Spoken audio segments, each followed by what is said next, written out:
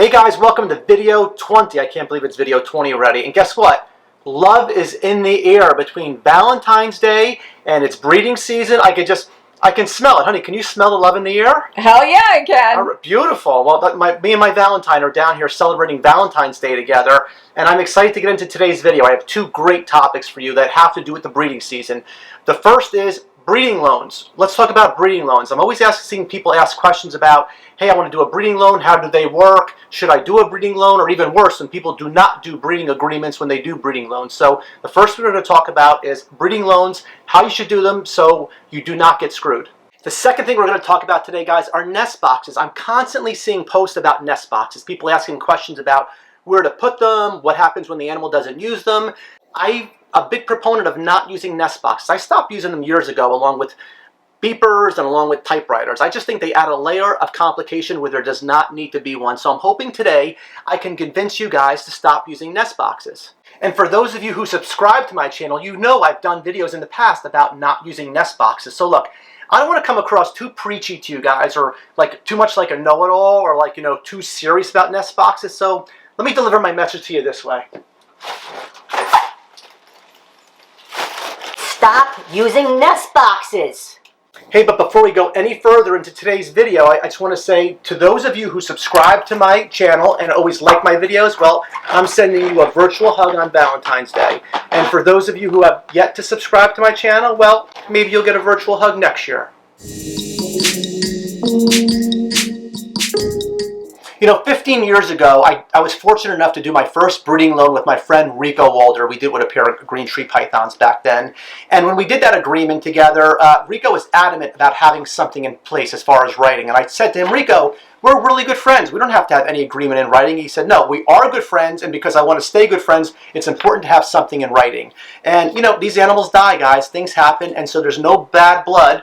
Everything should be put in writing. So today what I'm hoping to do is just give you guys a really good structure for a breeding loan, the one that I currently use today. I haven't done a breeding loan in a while, to be honest with you, but if I were to do one today, these are the guidelines I would use, and these are the guidelines I would insist on the person who I was doing the breeding loan would use as well. So hopefully I'm going to answer a lot of questions for you guys today. First off, I want to stress to you guys, you can structure your breeding loans any way you want, but this is the one that I adhere to. This was actually put in place by the AZA many years ago. I happen to have a copy of it. This was actually sent to me by my friend Paul Bodner, so Paul, thanks for sending this over my way. Anyway, I'm going to tell you how AZA always handled breeding loans between zoo institutions, and basically this is the way I did breeding loans when I did them years ago. The key thing is there's three key things to keep in mind with a breeding loan. First off, there's the receiving facility. That's the person who is getting the animal on loan. It doesn't matter whether it's the male or the female. In most cases, it's typically the receiving facility would be the person who had the female. So if you were to give me your male and breed to my female, here's the three things we would keep in mind if we had success in breeding. First off, if we were to get a clutch of babies or a litter of babies, whether it's boas or pythons, the person who did the work, the person with the female, would get first pick of the litter, first pick of the clutch, okay? And then it would rotate back and forth. So I would get the first pick. If I did the work, you would get the second pick. That's the first thing to keep in mind, and it rotates back and forth. Well, what if there's an odd number of babies? Well, the way the breeding loan works is that if there is an odd number of babies, for example, if there's 11 babies in the litter or in the clutch, the person, again, who did all the work would be the one entitled to that extra baby. So in a litter or a clutch of 11 babies, I would keep 6 babies and you would keep 5 babies. Now, what happens if an albino was born or some just hypomelanistic or some weird oddball baby was to pop up? Well, there could be flexibility here, depending on what you put in place. But theoretically, both parties would take ownership of that animal and they would keep it for future breeding of their own stock. So if an albino popped up out of nowhere, well, ideally the person who did the work would hold on to the albino, and if it was to be bred in the future, then you would split those babies. Or it could be sold and the money could be split up. There's some flexibility there, but those are the key three things, okay? The first is the person who does the work gets first pick. The first person who does the work gets the extra baby if there was one. And thirdly, if there's an oddball baby hatched, both parties would share in the ownership of that baby. I think the only exception would be if the breeding loan involved carpandros, in which case you would want as few or as little of the babies as possible.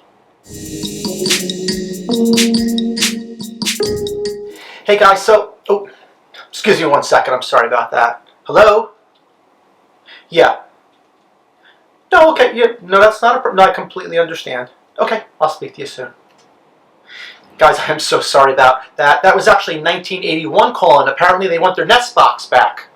Hey guys, so this is a pretty standard nest box right here. People tend to either put the hole in the front so the female can enter that way, or some people will put the hole on top. Usually it's one or the other and not both. And incidentally, when I'm talking about not using nest boxes, I'm not talking just about green tree pythons. I don't use them for carpet pythons, I don't use them for diamond pythons, I don't use them for any of my pythons at all. I just stopped using nest boxes. So what are the problems with them? Why am I not a big fan of nest boxes? Well, first and foremost, a lot of animals will not use them. They just simply won't use a nest box. They don't get the idea to crawl in here for whatever reason. They don't use it. And when they don't use it, sometimes they're going to lay their eggs in an area where you do not want them to lay their eggs, like in the water bowl, for instance. I've seen a lot of cases where animals have actually laid their eggs in water bowls because they decided not to use a nest box.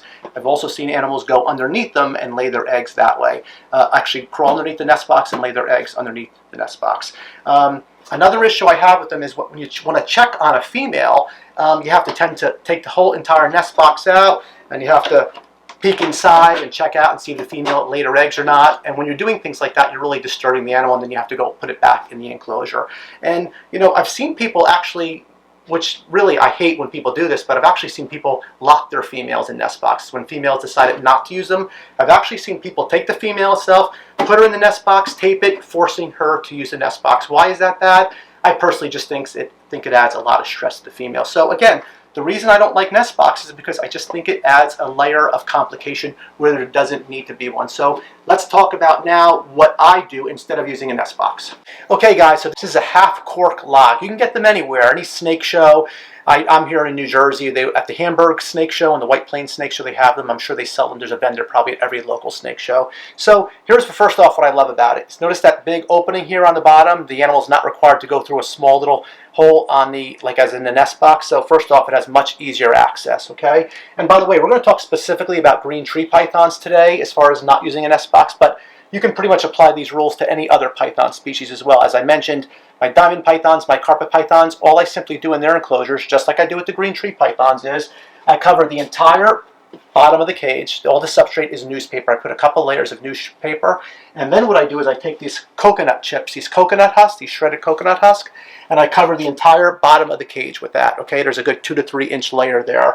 I cover on the entire bottom of the cage, and the reason I put it in the entire bottom of the cage and not just underneath the cork bark is because if the animal, for whatever reason, whether it's a carpet python or a green tree python, decides they do not want to use this half cork box as its nesting site, anywhere the animal lays the eggs in the enclosure, it's going to be on the shredded coconut mulch, all right, and the coconut bark. So there's not going to be an issue. Okay. The other reason I love doing this is because in the case of green tree pythons, if they decide to drop their eggs for whatever reason from the perch in the enclosure, it's going to land on a nice soft cushion of the shredded coconut mulch, and the eggs are not going to be damaged or go bad. I've had that happen before, and I've hatched those eggs successfully. Okay, so those are 2 key reasons right there.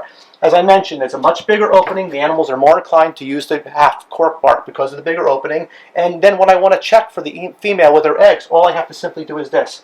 I don't have to take the entire thing out and then lift the lid out. All I have to do is kind of give it a little lift, and I can see if the female is resting on her eggs or not. It just makes life so much easier. I don't have to be stressed if the animal's actually going to use the nest box or not.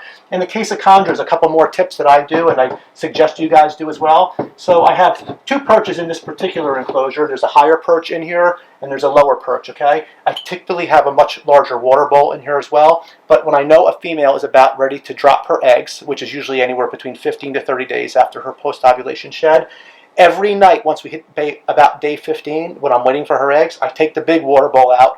I'll use a much smaller water bowl just in case she decided for any reason to drop her eggs in the water bowl.